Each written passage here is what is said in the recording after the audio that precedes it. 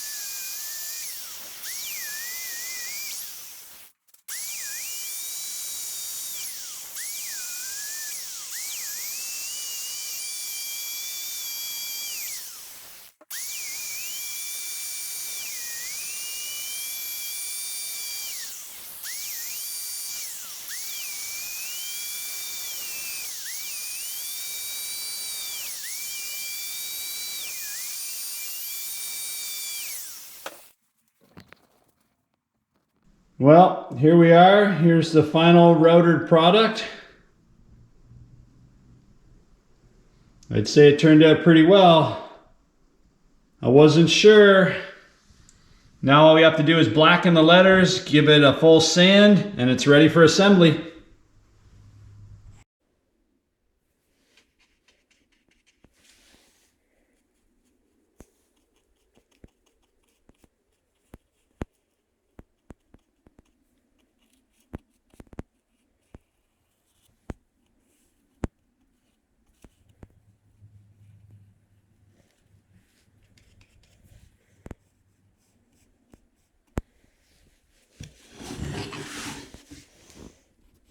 So here we have our disc drop box partially assembled.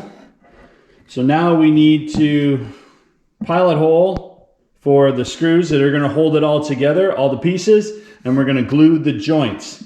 So let's take this over to the drill press and let's drill and countersink some screws. So now we have our board marked. We're using our countersink bit, and what this is going to do is it's going to give us a 1/4 inch hole.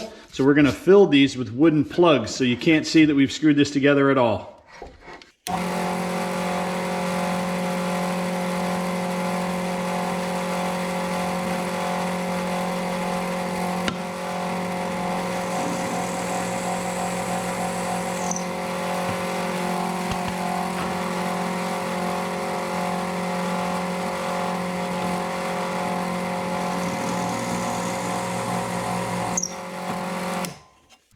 So now that we have our holes pilot holed, ready for the wooden plugs, we're going to go through and we're going to drill into the next piece.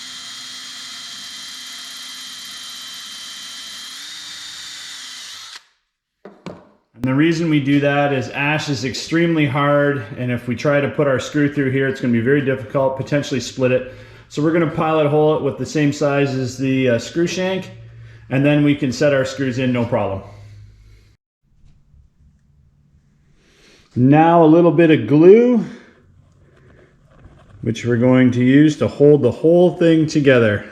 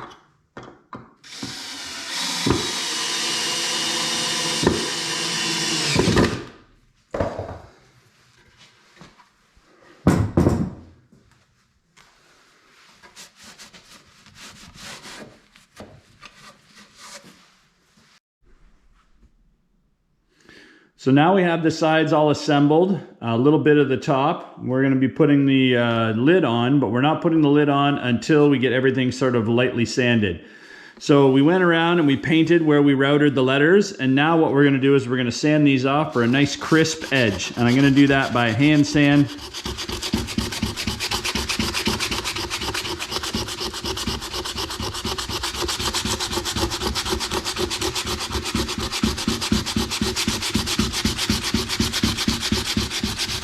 And all we're doing is going back over top of where we painted, over the edges. And you can see it takes all the excess paint off, and it'll just clean the edges up nicely.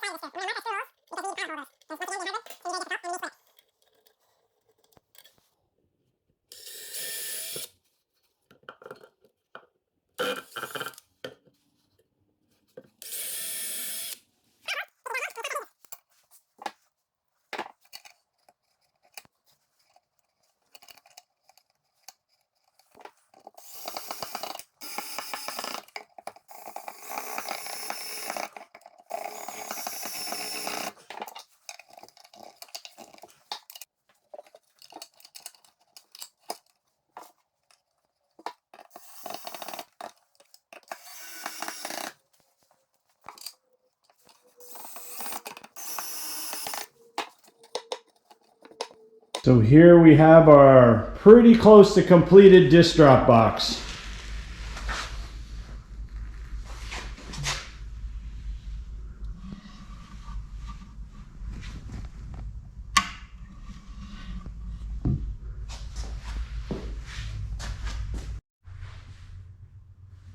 So now that we have our lid on, the next thing we need to do is just go ahead and attach our base. So we've cut our piece. It just fits. And I've allowed for the corners to be cut out. This disc golf course that I've been commissioned to make this for runs all year long. So that way, if they find discs in the wintertime, snow, whatever, water can drain out the bottom. It's not going to rot the bottom of the box out. Okay, we've gone ahead, we've attached our base the exact same way we did our sides. So same screws. The front is now done. We've attached our locking hasp the exact same as our hinges. So now we can lock our box down. The The disc golf community is extremely good at returning discs, so it's not like it's a big deal, but it's just a nice feature to have.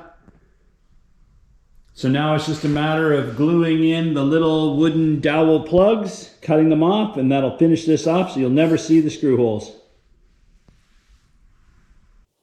So the final step to finish this box before it's ready for staining and sealing is to add these little wooden plugs into the holes. So we're going to glue those in, and that covers up all the screw holes. So we've got our little wooden plugs, and a brass hammer to glue those in, and we're just going to add a little bit of glue to them. Done.